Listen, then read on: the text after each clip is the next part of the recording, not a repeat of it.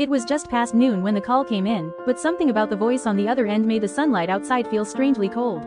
The man didn't speak clearly at first, as if he wasn't even sure what he was looking at.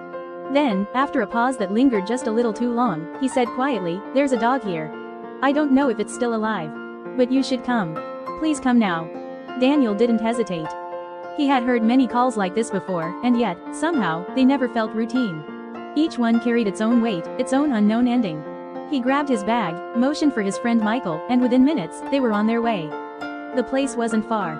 Just a neglected stretch of land behind a row of abandoned buildings, where trash had been piling up for years.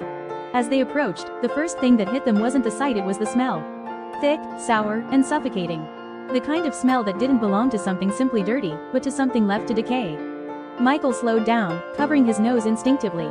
"That's not good," he muttered. Daniel didn't respond. His eyes were already searching.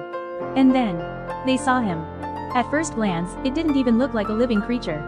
Just a collapsed shape in the middle of scattered garbage, barely distinguishable from the waste around it. But as Daniel stepped closer, his breath caught in his throat. It was a dog. Or at least, what remained of one.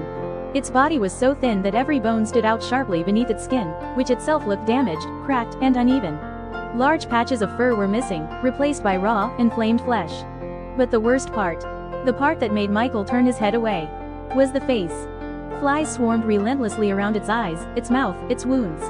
Tiny clusters of eggs clung to the damp edges of broken skin, and in some places, larvae had already begun to move slow, indifferent, as if this suffering body was nothing more than a place to exist. For a moment, neither of them spoke. Then Michael whispered, almost afraid of the answer, "Is he alive?" Daniel knelt down carefully. He didn't rush. He didn't touch immediately. Instead, he extended his hand just near the dog's nose, waiting. Watching. Hoping for something, anything. And then, there it was. A breath. So faint that it could have been missed if he hadn't been looking for it. So weak that it seemed impossible it could belong to something still fighting to stay in this world. "He's alive," Daniel said quietly. The words changed everything. There was no longer a question of whether they would help, only how fast they could move. "All right. We don't have time," Daniel said, his voice steady now. "Let's get to work." They didn't have proper equipment. No medical setup. No sterile tools. Just what they carried and what they could find nearby. But sometimes, survival doesn't wait for perfect conditions. It depends on action, imperfect, urgent, human. Michael found a half-full bottle of clean water. Daniel pulled out a small comb and a piece of cloth. It wasn't much, but it was enough to begin. They started with the flies.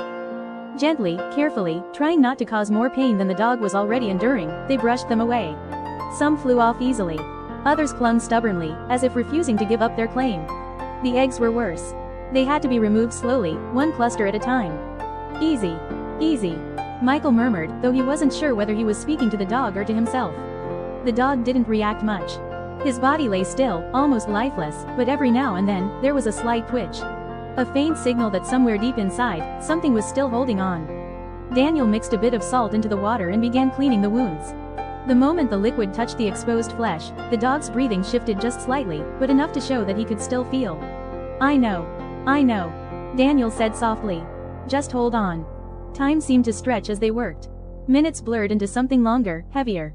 The sun moved slowly above them, casting light over a scene that felt far too fragile for the world's indifference. At one point, Michael paused and looked at Daniel. "Do you think he can make it?" Daniel didn't answer right away. Instead, he reached into his bag and took out a small packet of glucose. He dissolved it into water, then carefully brought it to the dog's mouth. "Let's give him a reason to," he said. At first, nothing happened. The liquid touched the dog's lips, but there was no response. It slid slightly, almost wasted. Then, barely noticeable, the tongue moved. Michael leaned in. "Did you see that?" Daniel nodded. Again. They tried once more. This time, the dog swallowed. Just a little. It wasn't much. But it was enough. "Good boy," Daniel whispered. "That's it. Stay with us." They repeated the process slowly, patiently, feeding him drops of sugar water, watching for any sign of strength returning. It was exhausting, emotionally and physically, but neither of them stopped. Because the truth was simple. If they stopped, he might not make it. After what felt like hours, they had managed to clear most of the visible contamination. The flies were gone, the worst of the wounds were cleaned, and the dog, though still weak, was breathing more steadily. Daniel looked at him carefully. "We should give him a name," Michael said suddenly. Daniel hesitated. Naming something like this. It felt like making a promise. But then he looked at the dog again, the fragile chest rising and falling, the quiet determination hidden beneath layers of pine, and he nodded. Hope, he said. Michael smiled faintly. Hope. Yeah. That fits. Because that's what he was. Not just a broken body found among trash.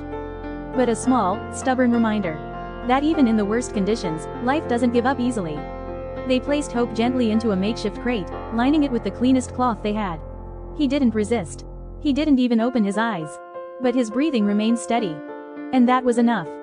They knew the road ahead would be long. There would be infection to fight, wounds to heal, strength to rebuild.